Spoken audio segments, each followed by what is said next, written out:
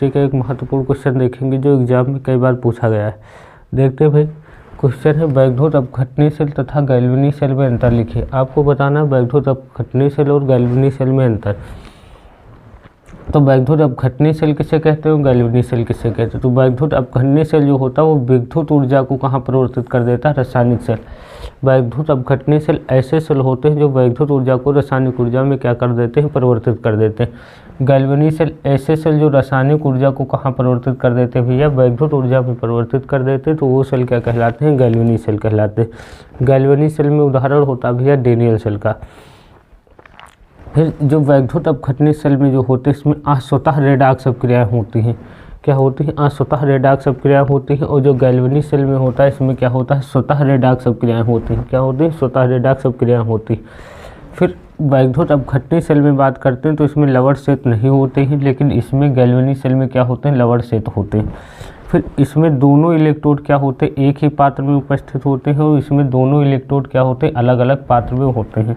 इसमें एनोड धनात्मक तथा कैथोड, इसमें एनोड क्या होता है, धनात्मक होता है। और जो कैथोड होता है वो क्या होता है भैया, ऋणात्मक होता है। इसमें एनोड ऋणात्मक होता है और कैथोड क्या होते हैं, धनात्मक होते हैं।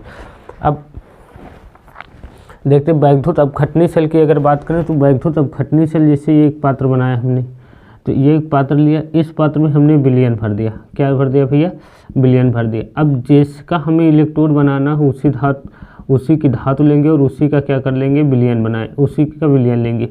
तो होगा कि ये एक पात्र है, इस पात्र में विलयन भरा।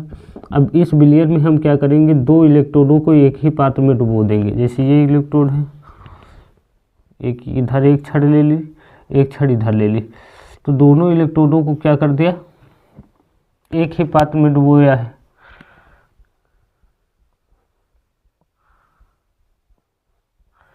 इसको हमने क्या कर दिया, एक ही पात्र में डुबोया। तो ये वाला जो सेल बनके तैयार होगा वो सेल कहलाएगा बैकधोत अपघटनीय सेल। लेकिन यहाँ पर गैल्वेनी सेल की बात करें तो गैल्वेनी सेल में दो पात्र, भिन्न भिन्न पात्र होंगे। एक पात्र ये होगा और एक पात्र ये होगा।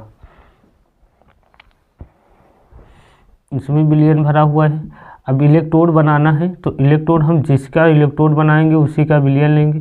तो एक साइड में हम Zn का इलेक्ट्रोड बना लेते हैं, दूसरी साइड में हम क्या करेंगे भाई, कॉपर का इलेक्ट्रोड बना लेते हैं। तो एक साइड में हम जिंक की छड़ लेंगे और जिंक के द्वारा बनाया गया विलयन लेंगे, दूसरी साइड में कॉपर की छड़ लेंगे, कॉपर के द्वारा बनाया गया विलयन।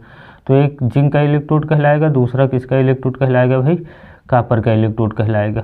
यहाँ हमने मान लिया ये जिंक का इलेक्ट्रोड है, ये Zn की छड़ लगा दी, इधर हमने लगा दी कॉपर की छड़, ये कॉपर का इलेक्ट्रोड। इन दोनों इलेक्ट्रोडों को आपस में हम गैल्वेनीमीटर से क्या करेंगे, जोड़ देंगे। लेकिन ये परपथ भैया कंप्लीट नहीं होता है, तो इसको कंप्लीट करने के लिए हम बाहर से क्या जोड़ देते हैं, लवण सेतु जोड़ देते हैं।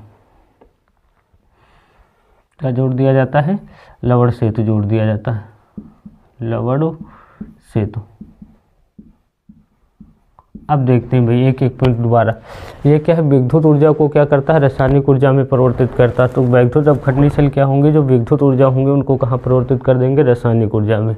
यहाँ से कुछ क्रियाएं होती हैं, ये रासायनिक ऊर्जा को कहाँ परिवर्तित करेगा, विद्युत ऊर्जा में।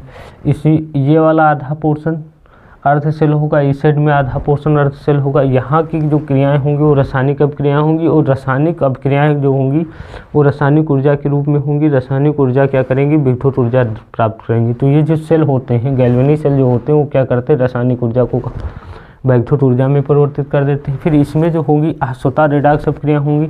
जब ये क्रियाएं चालू हो जाएगी, मतलब इस सेल में जब अपक्रियाएं चालू हो जाएंगी तो स्वतः ही रेडॉक्स अपक्रिया होना शुरू हो जाएंगी।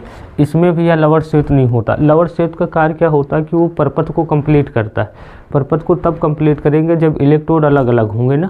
तो इसमें क्या होता है, जब विद्युत अपघटनीय सेल है इसमें दोनों इलेक्ट्रोड एक ही पात्र में डूबे होते हैं, तो इसका परपथ कंप्लीट है, तो इसमें लवण सेत का कार्य नहीं होता। तो इसमें लवण सेत नहीं है, लेकिन इसमें जब आते हैं तो लवण सेत होते हैं।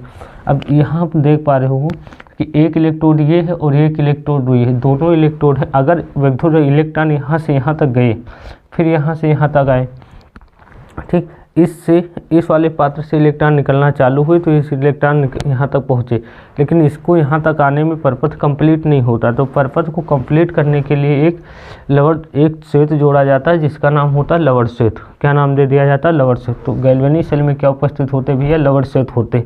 इनका कार्य क्या होता है, परपथ को पूर्ण करना। क्या करना, परपथ को पूर्ण करना। फिर इसमें एनोड धनात्मक होता है और कैथोड कैसे होते भैया, ऋणात्मक।